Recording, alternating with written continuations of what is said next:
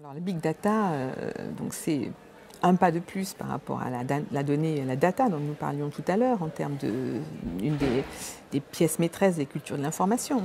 Elle devient big, la data, évidemment, quand c'est des gisements énormes, hein, des accumulations, le fait qu'il y ait eu beaucoup de numérisation, beaucoup d'archives mises à disposition, ouvertes. Hein. Alors du coup, on trouve l'open data, c'est-à-dire la data effectivement qui est accessible à tous, hein, parce qu'elle est justement référencée dans un code ouvert. Souvent, ce sont d'ailleurs des données publiques, hein, et ça affecte évidemment la démocratisation, puisque c'est par rapport à tous les documents que les gouvernements sont censés mettre à disposition des citoyens. Hein. Mais l'open data, on l'a nous aussi en recherche, par exemple, hein, où on fait de l'open science, hein, et où on met à disposition des chercheurs non seulement nos interprétations des résultats, mais nos résultats, nos données, nos archives, avec le risque qu'ils en fassent un usage différent dans un autre contexte. Hein, mais voilà. Donc il y a toujours une prise de risque, bien sûr. Hein.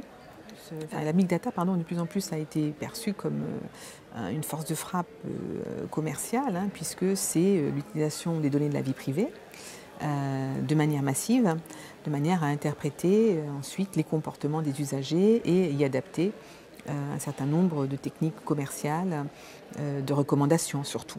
Voilà. Tiens, vous avez aimé ça, vous aimerez ça, ou tiens, vos meilleurs copains ont aimé ça, donc il y a des chances pour que vous aimiez ça. Voilà. En gros, la big data, quand on la traduit dans le modèle courant qui nous affecte à nous en tant que consommateurs et citoyens, c'est ça, hein, c'est de la recommandation. Alors, ce qui est intéressant avec l'idée de la small data, c'est comment on fait de la recommandation, mais à petite échelle, hein, et par rapport à un problème que se pose un individu, et typiquement nous dans les classes.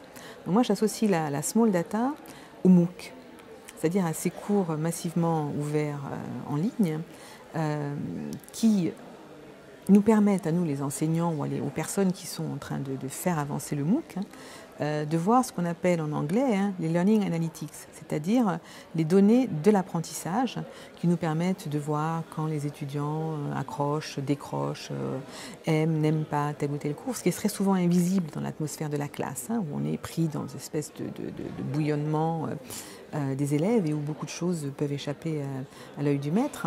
Là, dans la logique des MOOC et des Learning Analytics, il y a beaucoup de données qui sont générées par la machine, donc potentiellement big, mais on peut les réduire à du small quand on rentre dans le grain de certains clusters, hein, des regroupements d'élèves qui échangent beaucoup entre eux, où on peut vraiment faire un zoom et voir entre eux ce qui se passe, ce qui ne marche pas.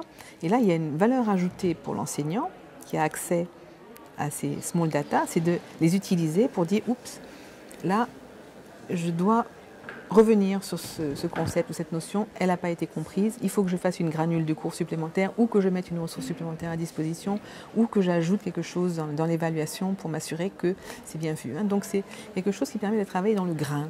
Hein. Le small, c'est le petit. Et là, c'est vraiment faire ce qu'il y a de mieux avec le numérique. Hein. Le numérique nous libère, à nous, les enseignants, du temps de cerveau disponible, à nous comme aux élèves. Parce qu'on n'a pas à leur répéter à chaque fois le contenu qu'on a répété l'année dernière, qui est déjà en ligne de toute façon, auquel ils peuvent accéder par d'autres manières.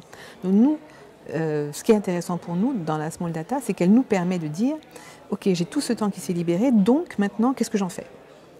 Où est-ce que je concentre mon attention? Où est-ce que ça va accrocher le plus les élèves qui sont en risque de décrochage?